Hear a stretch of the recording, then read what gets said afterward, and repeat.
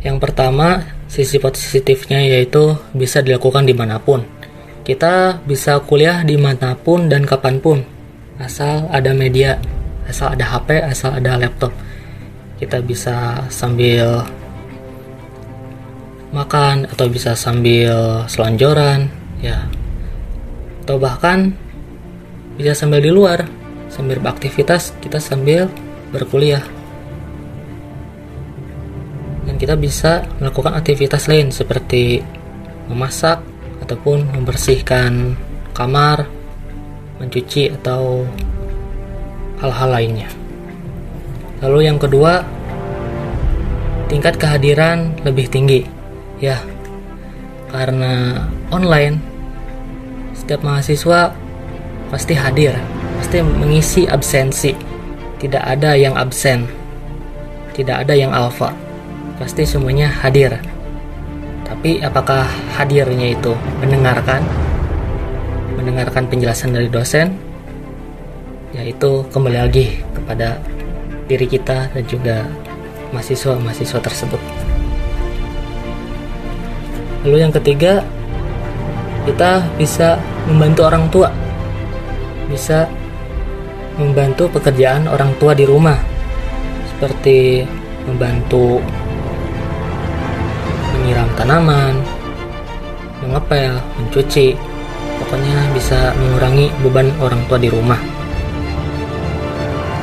Dan sehingga kita bisa lebih dekat dengan keluarga, kita bisa lebih dekat dengan ayah, ibu, adik, kakak. Kita juga bisa sharing, bisa minta bantuan, bisa membantu adik kita mengerjakan soal-soal. Lalu yang terakhir, kita bisa lebih hemat. Mengapa bisa hemat?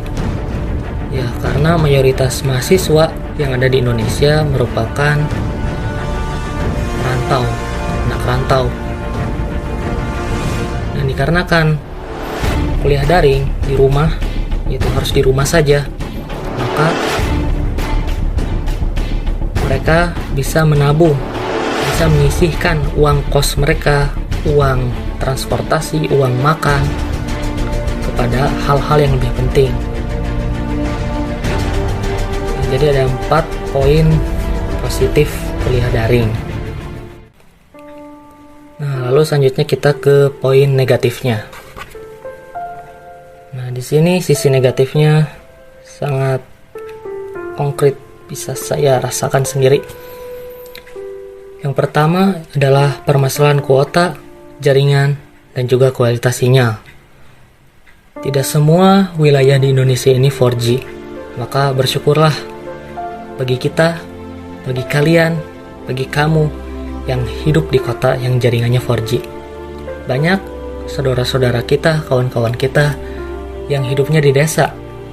Mereka harus naik bukit, naik gunung, ataupun harus pergi dulu ke kota untuk mencari sinyal dan berkuliah di sana. Banyak kejadian mahasiswa-mahasiswi yang harus pulang pergi dari desa ke kota untuk memenuhi tugas-tugasnya, yaitu kuliah daring. Ada siswa pelajar adik kita SMA, dia juga harus berusaha untuk kuliah daring ini. Dan ada berita duka juga, mahasiswa ada yang meninggal karena harus mencari sinyal. Ada yang terjatuh dari kubah masjid, ada yang terjatuh dari pohon karena kualitas sinyal yang jelek. Lalu kuota, saya berterima kasih kepada Bapak Menteri Nadiem Makarim karena telah memberikan kuota gratis kepada siswa maupun mahasiswa serta guru dan dosen. Ini merupakan suatu bantuan bagi kita semua untuk kuliah daring lebih lancar.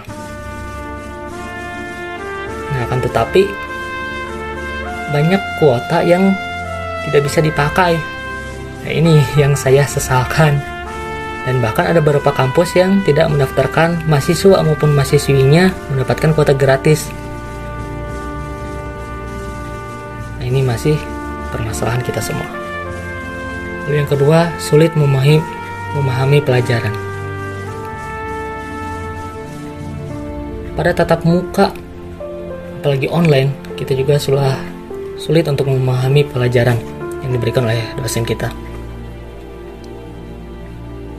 Apalagi daring ya, online ini. Karena kita secara tidak langsung berhadapan dengan dosen, artinya kita tidak langsung bertatapan dengan dosen. Belum lagi jaringan yang jelek, seperti yang saya sebutkan tadi. Suara terputus-putus, video yang blank, tiba-tiba kuota habis, tiba-tiba listrik mati. Sehingga kita sulit untuk memahami pelajaran yang diterangkan oleh dosen. Dan yang terakhir yaitu menimbulkan stres. Siapa sih yang tidak stres dengan adanya kuliah daring? Kita tidak bisa bercengkrama dengan kawan-kawan, tidak bercengkrama dengan dosen, tidak ada momen yang tercipta pada saat daring. Komunikasi pun sangatlah sulit untuk dilakukan, dan hanya bisa dilakukan pada saat ada tugas. Dan ketika waktu kosong, mungkin ada yang bisa berkomunikasi dan ada yang tidak bisa. Nah, inilah poin-poin negatif dan juga positif dari kuliah online ini.